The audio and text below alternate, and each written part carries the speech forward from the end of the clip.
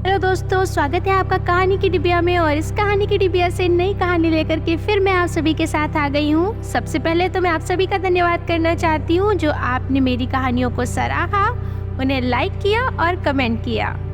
तो आप सभी का सहृदय धन्यवाद। आज की कहानी एक धनवान व्यक्ति के परिवार की है और वो धन्यवान व्यक्ति मुंबई के रहने वाले एक बहुत बड़े हीरे के व्यापारी हैं। तो हम शुरू करेंगे कि मुंबई शहर के एक सबसे धनाढ्य व्यक्ति, एक हीरे के व्यापारी जिनका नाम था विकास। तो विकास जी बहुत धनाढ्य थे। हीरे का व्यापार तो आप सभी जानते हैं कि सिर्फ और सिर्फ पैसा ही लाता है। तो वो अपने स्थानीय लोगों के बीच में सबसे धनवान व्यक्ति थे। धनवान व्यक्ति होने की वजह से चारों तरफ उनके गुणगान थे, लोग उनकी सराहना करते थे। हालांकि वो दान पुण्य और देने लेने में भी सबको बहुत विश्वास रखते थे। उनका विश्वास ईश्वर की तरफ था, उनका विश्वास लोगों के देने की तरफ था और खुशहाल माहौल को बनाए रखने की तरफ था। लेकिन ये सब हम सभी को पता है कि एक खुशहाल परिवार में कोई ना कोई व्यक्ति ऐसा जरूर होता है कि जिसको हर चीज़ से बहुत कुढ़न होती है। तो विकास जी के 2 बच्चे थे, दोनों बेटे थे। एक का नाम था प्रवीण और दूसरे का नाम था विनय। तो प्रवीण बड़े बेटे थे, विनय छोटे बेटे थे। प्रवीण की शादी हो चुकी थी, हालांकि विनय अभी शादीशुदा नहीं थे। विकास जी ने अपने दोनों बच्चों को अपने धन के अनुसार बहुत अच्छी उच्च शिक्षा दी। दोनों बच्चों को बाहर पढ़ाया और वापस उन्होंने उनको भारत बुलाया, अपनी जगह पे बुलाया। और जिसमें से कि प्रवीण जो थे वो बड़े पुत्र थे, तो उन्होंने हीरे के व्यापार में अपना हाथ पहले डाला। विनय छोटा था तो अभी वो इन चीजों से दूर था। हालांकि विनय अपना कुछ अलग नया काम शुरू करना चाहता था। प्रवीण की पत्नी धरा भी बहुत ऊंचे परिवार से थी, बहुत ऊंचे खानदान से थी और वो बहुत ही ज्यादा घमंडी थी। धरा कभी नहीं चाहती थी कि चीजें जुड़ के रहे। वो हमेशा हर चीज में अपनी चलाती थी और वो उनका ऐसा व्यवहार था कि वो हर एक से चिढ़ती ही रहती थी। उनके लिए नौकर सिर्फ नौकर होते थे, इंसान नहीं होते थे। वो नौकरों को नौकरों की तरह व्यवहार करती थी। नौकरों की तरह व्यवहार करना मतलब इंसानों की तरह व्यवहार नहीं करती थी। उनका सीन ये था कि हमने अगर पैसे दिए हैं तो आपको काम ज़्यादा से ज़्यादा वो काम निकलवा सके नौकरों से। हर कोई उनसे चिढ़ता था। हालांकि वो पैसे वाले घर की थी तो बहुत ज़्यादा मुंहफट भी थी, जिसको जो मन आता था वो बोल देती थी। तो जब विकास जी ने ये देखा कि धरा की स्थिति तो ऐसी कि धरा से तो न परिवार संभल रहा है और न धरा खुद को और खुद के रिश्तों को ही संभाल पा रही है। न धरा की उनके पति के साथ पटती है, न धरा की उनकी सास के साथ पटती है और ससुर को भी वो चलते फिरते उठ पटांग जवाब दे ही देती हैं। तो इससे विकास जी का मन बड़ा खिन्न था। अब उनको लग रहा था कि उन्होंने प्रवीण की शादी तो ऐसी कर दी, लेकिन अब विनय के लिए वो किसी भी बहुत संपन्न घर की लड़की तो नहीं लाएंगे। हालांकि हर संपन्न घर की लड़की ऐसी नहीं होती है, ये सिर्फ मानसिकता है एक। लेकिन अब जिसके साथ जो घटना हुई होती है तो वो उससे सबक लेता है। विकास जी का सबक ये था कि उनको बहुत बड़े घर से लड़की अब नहीं लानी थी। अब उनका सोच ये हो गई थी कि हमको अब ऐसी लड़की लानी है जो घर परिवार को लेके चले, क्योंकि अब वही उनका सहारा बनने की स्थिति आ गई थी। क्योंकि धरा से अभी तक कोई भी उनको पोता प्राप्त नहीं हुआ था, पोता या पोती प्राप्त नहीं हुए थे, कोई संतान नहीं थी धरा की। तो प्रवीण जी ने देखा कि उनके पिताजी बहुत परेशान हैं, तो उन्होंने धरा को कई बार समझाने की भी कोशिश करी, लेकिन धरा ने इस चीज को पूर्ण रूप से नजरअंदाज कर दिया और अपने हिसाब से अपनी जिंदगी को वो हर्षोल्लास के साथ जीती रही। इधर विकास जी ने अब विनय के लिए लड़की देखना शुरू किया। तो उन्होंने कई लड़कियां देखी, लेकिन उनको किसी भी लड़की में जल्दी से जल्दी वो गुण नहीं देख रहे थे। चाहे वो ऊंचे घर की लड़कियां हो, चाहे वो मध्यम घर की वर्ग की लड़कियां हो, उनको किसी में भी वो स्थिति नहीं दिख रही थी जो लड़की घर संभाल सकती है। फिर उन्होंने अपने ही एक कर्मचारी के यहाँ देखा कि कर्मचारी रोज अच्छे से टिफिन भी लाता है, अच्छे से बैठ के खाना भी खाता है। तो उन्होंने उससे बात करी, तो उनको उससे बात करके पता चला कि उसकी एक बेटी है स्वाति। तो विनय जो विकास जी थे वो विनय के लिए वैसे भी एक बहुत ही सुलझी हुई लड़की लाना चाह रहे थे। तो उन्होंने देखा कि ये जो हमारे यहाँ का कर्मचारी है, मैं ये देखता हूँ कि बहुत शांत भी रहता है, कभी ऐसा नहीं होता कि इसके घर से खाना ना आए, या कभी वो लोगों के साथ चिड़चिड़ाता भी नहीं। इसका मतलब इसके घर का जो माहौल है वो कहीं ना कहीं बहुत शांत और सभ्य है। तो उन्होंने अपने कर्मचारी से बात करी, तो उसके माध्यम से पता चला कि उसकी स्वाति नाम की बेटी भी है, और वो भी जो है इच्छुक है अपनी बेटी की शादी कहीं करने के लिए, वो भी लड़के देख रहा है। तो विकास जी ने अपने कर्मचारी से बोला कि अगर उसे उचित लगे तो वो अपने विनय के लिए उनकी स्वाति को मांगना चाह रहा है। अब एक छोटे घर के व्यक्ति को ये पता चले कि उनका मालिक इतना धनवान व्यक्ति उस जगह का, और वो जो है उनकी बेटी का हाथ मांग रहा है, तो ये बहुत बड़ी बात हो जाती है। हालांकि जल्दी तो कोई इस चीज़ को मना कर ही नहीं सकता, वही उनके साथ भी हुआ।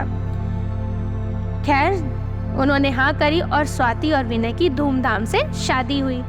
स्वाति शादी करके जैसे ही घर आई तो सबसे बड़ी बात तो धरा को यही बुरा लग गया कि एक छोटे घर की लड़की आ रही है, और दूसरी सबसे बड़ी उसको ये बुरा लग गया कि उसके साथ में रहने के लिए कोई आ रही है।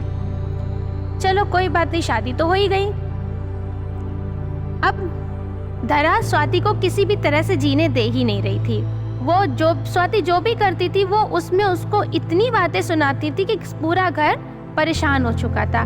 हालांकि स्वाति का भी यही था कि उसको चीज़ें मिल रही थी, और उसके सास ससुर उसका पति सब उसको जो है सपोर्ट कर रहे थे, तो वो बेचारी जैसे तैसे जिंदगी जी रही थी।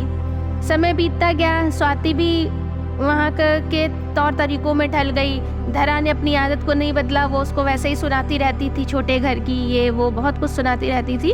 खैर, समय चल रहा था। समय जैसे जैसे आगे बढ़ रहा था, एक दिन ये खुशखबरी आई कि स्वाति माँ बनने वाली है। अब स्वाति माँ बनने वाली है, धरा के लिए तो ये और ज़्यादा मुश्किल हो गया, क्योंकि धरा के साथ अभी ऐसी कोई खुशखबरी किसी को मिली नहीं थी। अब धरा की जलन भावना और बढ़ती चली गई। इधर स्वाति के दिन बढ़ने शुरू हो गए। लोगों ने उसकी ज़्यादा खातिरदारी करना शुरू कर दिया, उसको ज़्यादा प्यार मिलने लगा, उसके लिए माहौल और खुशनुमा बनाने की कोशिश की जाने लगी, और लोग स्वाति की तरफ और ज़्यादा बढ़ने लगे। जो भी रिश्तेदार आते थे वो भी स्वाति स्वाति करने लगे। अब धरा की पहुँच धीरे धीरे कहीं घर पे कम होती उसको नज़र आ रही थी। अब धरा को इस चीज़ का स्वाति से बदला लेना था, क्योंकि उसको ऐसा लग रहा था कि स्वाति ही ये सब कुछ कर रही है। हालांकि समय बढ़ा, स्वाति ने एक सुंदर से बेटे को जन्म दिया, जो कि धरा को फूटी आंखों नहीं सुहा रहा था। लेकिन वो करती भी क्या, उस समय उसके हाथ में तो कुछ था नहीं। हालांकि जब स्वाति के पिता और उसके भाई अपने नाती को देखने के लिए आए, तब धरा के दिमाग में यह आया कि ऐसे कुछ नहीं हो सकता है। अब एक काम करते हैं, इन लोग की ही बेइज्जती कर देते हैं, जिससे कि स्वाति की बेइज्जती होगी और पक्की बात है स्वाति घर छोड़ के चली जाएगी। तो धरा ने स्वाति के भाई से बोला कि तुम इतने भिखारी हो कि तुम लोग अपने नाती को देखने आए हो और कुछ लेके भी नहीं आए। मतलब तुमसे तो इतना भी नहीं हुआ, हमारे यहाँ तो चांदी का पालना चलता है, तुमसे तो इतना भी नहीं हुआ कि तुम लकड़ी का पालना लेके चले आते हो। ये बात सबको बहुत खराब लगी। हालांकि विकास जी ने भी धरा को टोका, लेकिन धरा तो कुछ न कुछ चाह ही रही थी कहना, वो माहौल को खराब करना चाह ही रही थी। हालांकि स्वाति इससे बहुत ज़्यादा टूट गई कि पूरे खानदान, पूरे कुटुंब के सामने उसके पिता और उसके भाई की बेइज्जती हुई। कोई बात नहीं, वो लोग तो वहाँ से चले गए हाथ पैर जोड़ करके कि भाई हमसे इतना नहीं हो सकता था, हम गरीब परिवार के, हम इतना नहीं कर सकते थे कि हम चांदी का पालना लाएं, लेकिन हाँ, हम लकड़ी का पालना जरूर लाएंगे। इतना कह के चले गए। वो साल 2 साल का समय और बीता। स्वाति का अपने मायके जाने के लिए कोई स्थिति बची नहीं। वो अपने मायके जाने का सोच भी नहीं पा रही थी बेचारी। वो अंदर से इतना ज़्यादा टूट चुकी थी कि वो क्या मुंह लेके अपने मायके जाए। तो स्वाति भी अपने मायके नहीं जा रही थी, वो वही कोई अपना सर्वस्व मान चुकी थी और रह रही थी। बच्चा धीरे धीरे बड़ा हो रहा था। एक दिन एक गाड़ी रुकी और उससे एक पालना उतरा। हालांकि वो पालना लकड़ी का था, लेकिन उससे एक पालना उतरा। धरा का स्वाति का भाई और स्वाति का पिता उससे उतरा और वो पालना लेके अंदर आए। जब वो पालना लेके अंदर आए तो धरा को अंदर से फिर से चोट लगी कि मैंने इनको इतना कुछ सुनाया और अब ये दिखाने के लिए पालना लेके आए। तो जब वो अंदर आए, उन्होंने धरा को देखा, उन्होंने सबका सत्कार किया, जो भी पैर छूना होता है, नमस्कार करना होता है, उन्होंने पूरे घर का किया और वो धरा के पास आए। उन्होंने धरा से कहा कि बेटी, मुझे बहुत दुख हुआ कि सबके सामने मेरी बेटी को मुझसे ये कहना पड़ा कि उसका पिता पालना नहीं ला पाया। मैं जैसा स्वाति का पिता हूँ वैसा ही मैं तुम्हारा पिता हूँ। तुमने मुझसे कहा तो मैं ये बात समझ गया कि मेरी बेटी मुझे सबके सामने जलील होने से बचाना चाहती थी, कि उसने खुद ही बोल दिया कि पिताजी अब पालना नहीं लाए। उसने खुद ही बोल दिया, किसी और को बोलने का मौका नहीं दिया। बेटा मैं तुम्हारा शुक्रगुजार हूँ और मैं ईश्वर से प्रार्थना करूँगा कि अभी तो मैं लकड़ी का पालना ला पाया, लेकिन तुम्हारे बच्चे, जब तुम्हारा बच्चा आएगा तो मैं उसके लिए भले चांदी का चम्मच लाऊं, लेकिन मैं चांदी का कोई ना कोई सामान लेके जरूर आऊँगा। धरा ये सुन के अवाक रह गई। उसको ये लगा कि मैंने इस हद तक इन लोग को नीचा दिखाया। आज ये इंसान आकर मुझे ऐसा बोल रहा है, मुझे आशीर्वाद दे रहा है कि मेरे भी बच्चा हो। मतलब मन कितना बड़ा है इस व्यक्ति का, आत्मा कितनी बड़ी है कि वो मुझे आज भी ये आशीर्वाद दे रहा है कि जब तुम्हारा बेटा होगा तो मैं चांदी का चम्मच लेके आऊंगा। इस एक बात ने धरा की आत्मा को झकझोर दिया कि व्यक्ति जो होता है ना, वो अपने मन से बहुत बड़ा होता है, धन से बड़ा नहीं होता है। उसने कुछ भी किया स्वाति के साथ, उसके पिता के साथ, उसके भाई के साथ, उसने पूरे समाज में उनको बेइज्जत किया, हर तरह का काम किया, लेकिन ना स्वाति ने स्थिति को बदला, ना स्वाति उसके ऊपर कभी हावी होने की कोशिश कर रही थी, जबकि स्वाति के साथ में पूरे घर का समर्थन था। उसके बाद भी वो कभी धरा के ऊपर हावी होने की कोशिश नहीं कर रही थी। और उसके पिता ने भी आकर के यही आशीर्वाद दिया कि बेटा तुम्हारे बेटे में मैं चांदी का चम्मच ही ला सकूं, लेकिन मैं लाऊंगा जरूर। उस दिन से धरा ने ये समझ लिया, मन बड़ा है धन से। अगर आप मन से बड़े हैं ना, तो आप भरे समाज में भी एक ऊंचे पद पे आ जाएंगे। एक बहुत भारी मानसिकता वाले के मन में भी अपना दरवाजा खटखटा के स्थान बना लेंगे, ना कि धन होने के बाद भी बना पाएंगे।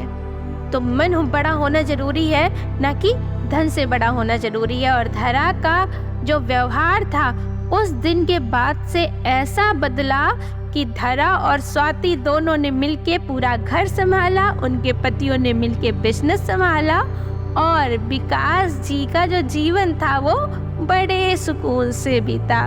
ऐसे ही हम लोगों को और कुछ करने से पहले ये बात जरूर जाननी चाहिए कि धन से मन बड़ा होता है। चलिए, उम्मीद है कि आज की कहानी से मैं कुछ तो बता सकी हूँ आपको। और अगर आपको कहानी समझ में आई और अच्छी लगी तो प्लीज़ कमेंट करके बताइएगा। और आपको किसी और टॉपिक पे भी कोई कहानी, अगर आपको लगता है कि इस टॉपिक पे कहानी अच्छी बनेगी, तो वो टॉपिक भी मुझे ज़रूर बताइएगा। अभी मैं आपसे विदा लेती हूँ। अगली कहानी के साथ मैं आपको जल्दी मिलूंगी। Bye bye.